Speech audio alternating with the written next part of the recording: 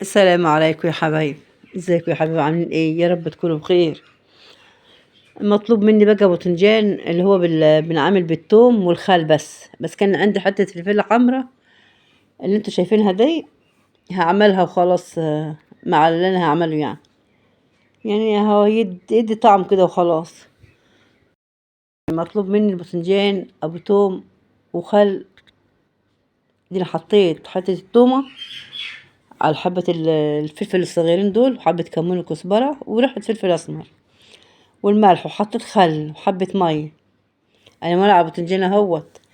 البتنجان انا قشرته وعملت الواحدة، عملت الواحدة يعني مش عملتها صغيرة، يعني عملت البتنجانة بحالها، يعني بعملها طويلة كده، هي عايزة كده يعني. اهو انا هرصه في العلبة اهو يا حبايبي. اللي طلبوا مني يشوف انا عاملاه ازاي اهو. طلعاه ذهبي، مش طلعاه محروق ولا حاجة. هو لازم يبقى كده بس. والدجة طبعا عملتها، حطيت حبة تحت اهوت وبرصه، وكل ما ارص رصة اروح حاطة عليه معلقة الخل بالثوم كده. وفي طريقة تانية بردك، بنعملها بردك نفس النوع دي بردك.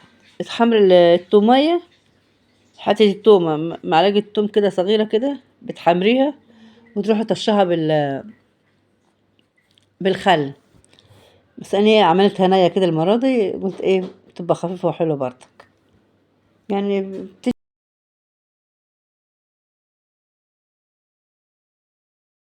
باذنجان هتعملي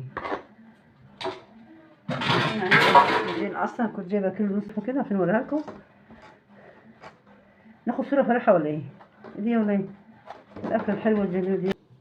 الكزبرة والكزبرة والكمون وريحة شعرة فلفل أسمر ريحة، وحتى ليمونة. واديني رصيتهم وجليتهم. شفت الجالية اللي انا جليتها دي؟ عشان انا بقول لك، عشان كده اللي تعمله مش تجلي قوي، هو بيبقى جميل عشان مش ينحرق منكم يعني. حاولوا مش خلوه كده ذهبي. وهي يا حبيبة قلبي، ويرتك معايا هنا، كنت وديت لك العلبة بحالها. يلا اشوف وشك على خير، واشوف وشكم على خير يا احلى مشاهدين في الدنيا. ومش تنسوا اللايك الجميل بتاعكم كده والكومنتات الحلوه دي. يلا حبايب اشوف وشكم على خير.